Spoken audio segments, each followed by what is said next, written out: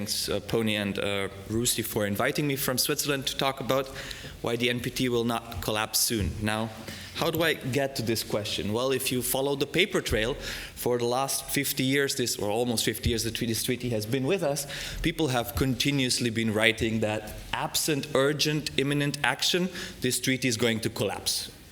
And if you ask people what they think, you get mixed responses. If you look at the literature, almost everybody thinks something needs to be done. That something is very different for very different people. I'm going to talk about that, but it's going to collapse.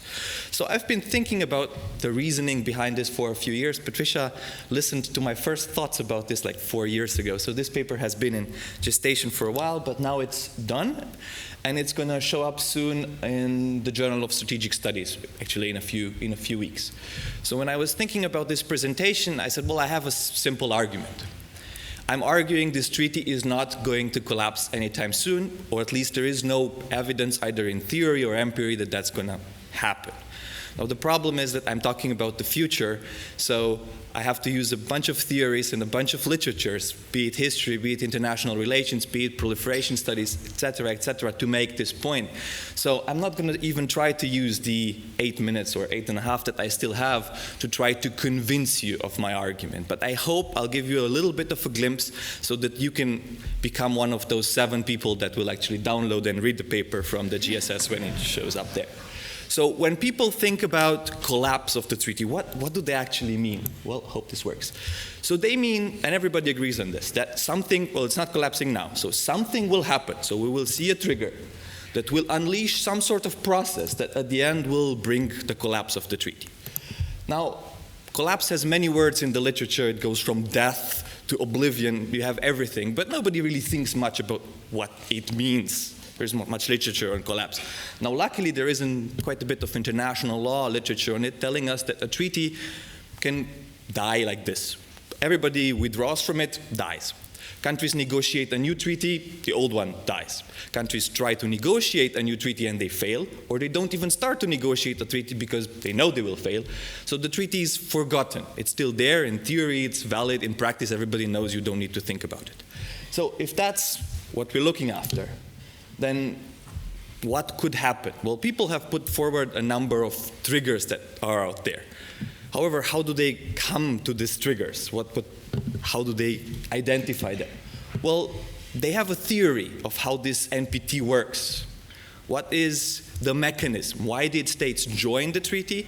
Why are they still in the treaty? And why they will be in the treaty in the future? And they work within this model, within their theory, to establish both the trigger for the future that will bring collapse. Now, the problem with these theories is that they're based on very little information. We know quite a bit about the United States, about why the Americans wanted the treaty, or how they negotiated the treaty, about the behind the scenes of it. And we know a bit about the other weapon states and a bit about Germany and Italy. For the other states, we know what they said at conferences, but we have very little historical research. Now, there are 3 theories. One is the dominant ground bargain theory. The other body is people extrapolating from their own or for IR theory. And the third are some people who try to identify their own theory of how the NPT works. Now, when I looked at this project, I said, well, of course I could invent my own theory of how the NPT works, but that's because my question is so small. A better approach is to say, well, we don't know how this exactly works, so let's look at how other international treaties collapsed. And assuming we don't know how exactly this treaty works, we can identify scenarios and test them from how other treaties collapse. So that's what I'm doing. So basically, in this presentation and in the paper, I'm doing 2 things. First, I'm looking at the ground bargain theory that explains collapse. And I'm arguing that it is not really a good theory. It might tell us something about how the current negotiations are happening, but doesn't tell us much about collapse. And second, I'm developing some scenarios into how the treaty what are the triggers that could potentially bring it to collapse, and whether that's going to happen or not. So let's look at the ground bargain theory. The ground bargain theory is a very nice thing. It says that the past, the present, and the future are determined by this theory, which is beautiful, because if you have the past and you have the present, then you can predict the future. And it says it's something like this. The NPT is in the middle, and it's a very, very careful compromise between some countries giving up their birthright to build nuclear weapons in order to receive nuclear technology and for a promise of nuclear disarmament. Now, if you believe that this is truly what the NPT is built upon, then truly, if nuclear disarmament is not happening and these countries want nuclear weapons and they don't get nuclear technologies and they're discriminated against, well, how can they not get out of the treaty and do something, or at least discard the treaty? So of course it's dying repeatedly. Now, the problem with this is that there is very little evidence in support of this theory. Again, it might be a good theory explaining how negotiations are happening right now, but historically, when we look at the birthright, we can see that both theory and empiry suggest that most countries didn't want nuclear weapons. They didn't ratify, they went for the NPT because they thought they don't need nuclear weapons. Now, even the ones who thought they might need nuclear weapons in the future, they were quite well accommodated by the treaty. You can be in the treaty and hedge quite a bit.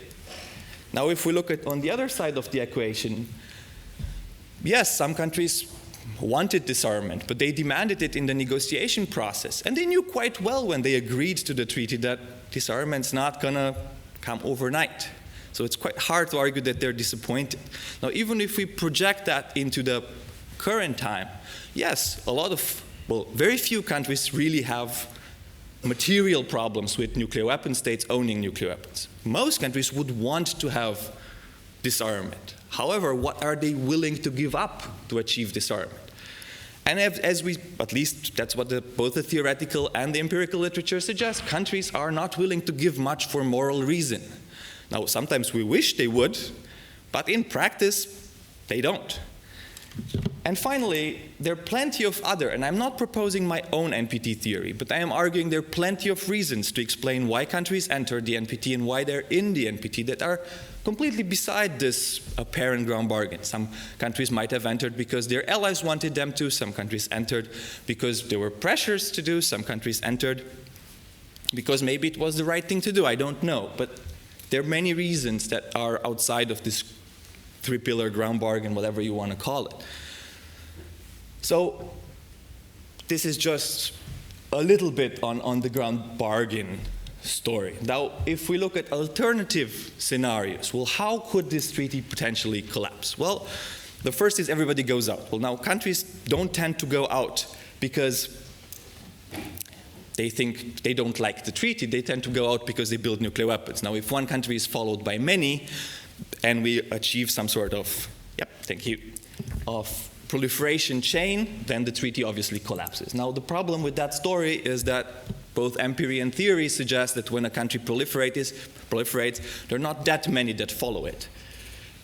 And if we look at evidence from how cooperation takes place, well, many would need to go for this treaty to collapse. Well, the second story is that rising powers will rise, they will not like the treaty, and they will pressure for negotiations. Now, the good thing is that the order seems relatively stable. But much more important, while the story goes like there are 9 countries with nuclear weapons and 200 that abstain from it, if we look at the distribution of wealth around the planet, we can see that if we look at the countries who have nuclear weapons, the countries who are under a nuclear umbrella, and the countries who hedge and are actually quite happy within the treaty, we obtain a very high chunk of the wealth on the planet. So there are not that many that might potentially have the power to push for a renegotiation of the treaty and actually can do that. And finally, of course, if a treaty doesn't have a protector or states protecting it, enforcement gets diluted, and that might ultimately lead to a collapse. It's not very clear if it does and how, but it might. Now, the good news is that in practice, the United States has served as the protector of the NPT from the beginning of the story. The treaty serves its interests quite well, and the United States is likely to continue to enforce this treaty. So thus, I see there is not much of a reason for this treaty to collapse. I thank you for your attention, and I hope I persuaded you to download this paper. Thank you.